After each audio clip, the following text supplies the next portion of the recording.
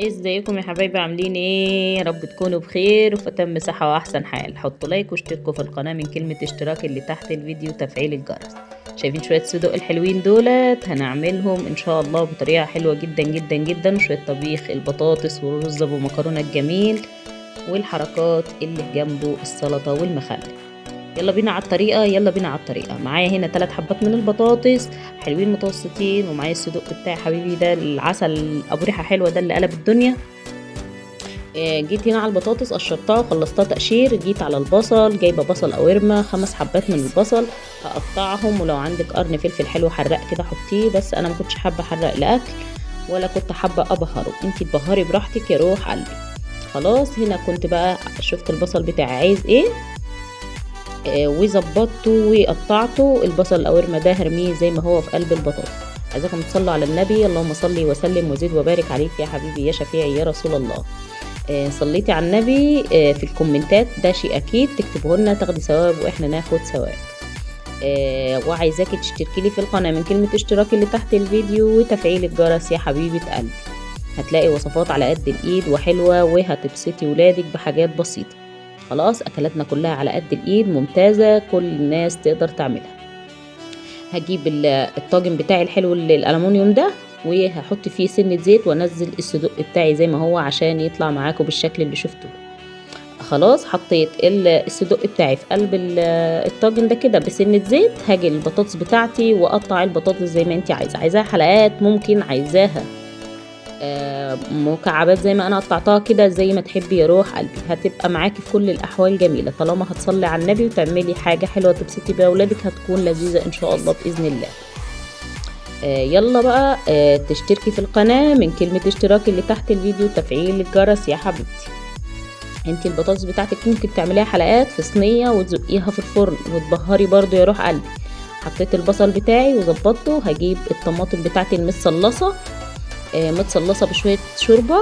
متصلصه يعني ايه؟ يعني حطيتها على النار تغلي بسنه ملح شويه شوربه، وسبتها تغلي. طابت معايا وجبتها زي ما هي، مضربتهاش في الخلاط.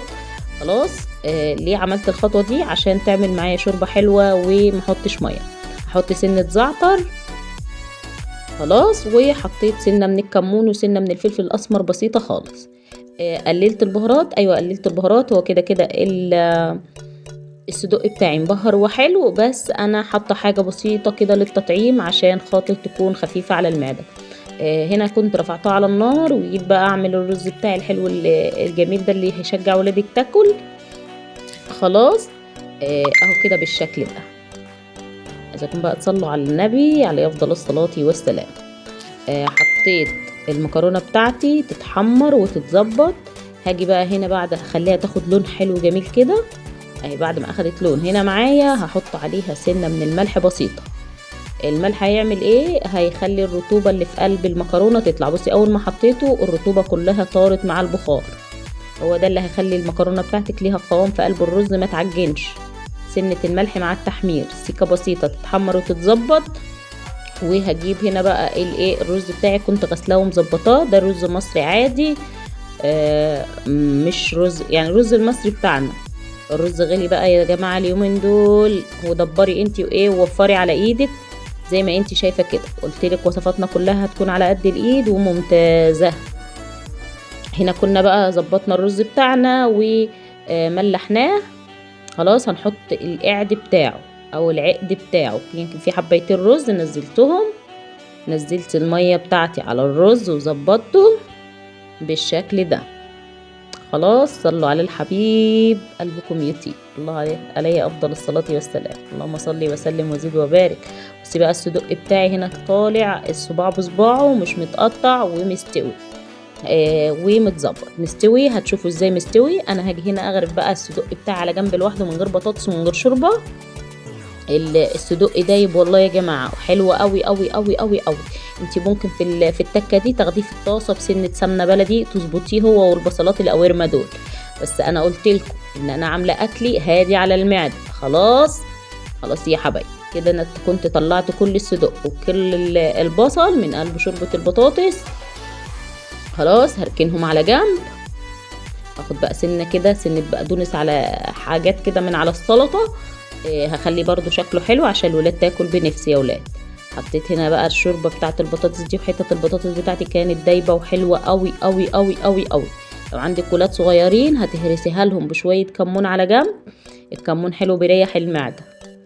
اليومين دول طالبه معايا نصايح. حبايبي حطوا لي لايك واشتركوا في القناه.